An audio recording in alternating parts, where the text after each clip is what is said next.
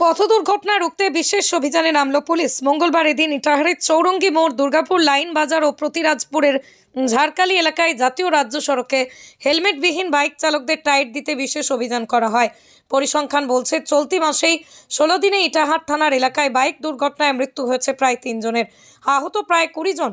Police প্রশাসনের দাবি, মৃতদের কারোর মাথায় হেলমেট ছিল না। ফলে পথ দুর্ঘটনা রুখতে সেভ ড্রাইভ সেভ লাইফ সহ একাধিক কর্মসূচি গ্রহণ করেছে পুলিশ প্রশাসন। পথ নিরাপত্তার পাঠ দিতেই পুলিশ বিভিন্ন এলাকায় প্রচার অভিযান সহ হেলমেট প্রদান করছেন অসতর্ক বাইকারদের, কিন্তু লাভ কিছুতেই হচ্ছে না। তাই এবার রায়গঞ্জ পুলিশ জেলার ডিএসপি ট্রাফিক মোহাম্মদ ওমর ফারুক, ইটাহারের আইসি সুকুমার ঘোষ ও ট্রাফিক ওসি জয়দেব বর্মনের নেতৃত্বে এদিনের বিশেষ অভিযান করা হয়। এদিন ইটাহারের 3টি পৃথক এলাকায় জাতীয় রাজ্য সড়কে হেলমেটবিহীন বাইক চালকদের টায়ার দিতে বিশেষ অভিযান করা হয়। এই অভিযানের প্রায় 147 জন হেলমেটবিহীন বাইক চালককে জরিমানা করে পুলিশ। এর মধ্যেই রয়েছেন 2 জন সিভিক ভলেন্টিয়ার, তৃণমূলের অঞ্চল সভাপতি। এছাড়াও তাদের সচেতন করেন পুলিশ আধিকারিকরা।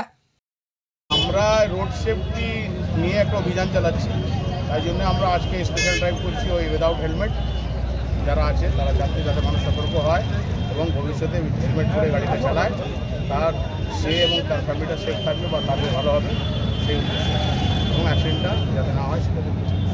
কতজন স্যার আজকে হলো? আমরা একটা 80 জন করেছি, আবার আমাদের নেক্সট অভিযান আছে। পথ দুর্ঘটনা রুখতে বিশেষ অভিযানে নামল পুলিশ। মঙ্গলবার এদিন ইটাহারের চৌরঙ্গি মোড়, দুর্গাপুর লাইন বাজার ও প্রতিরাজপুরের ঝাড়কালি এলাকায় জাতীয় রাজ্য সড়কে হেলমেটবিহীন বাইক চালকদের টাইট দিতে বিশেষ অভিযান করা হয়। পরিসংখ্যান বলছে, চলতি মাসেই 16 দিনে ইটাহার থানার এলাকায় বাইক দুর্ঘটনায় মৃত্যু হয়েছে প্রায় 3 জনের, আহত প্রায় 20 জন। পুলিশ প্রশাসনের দাবি, মৃতদের কারোর মাথায় হেলমেট ছিল না।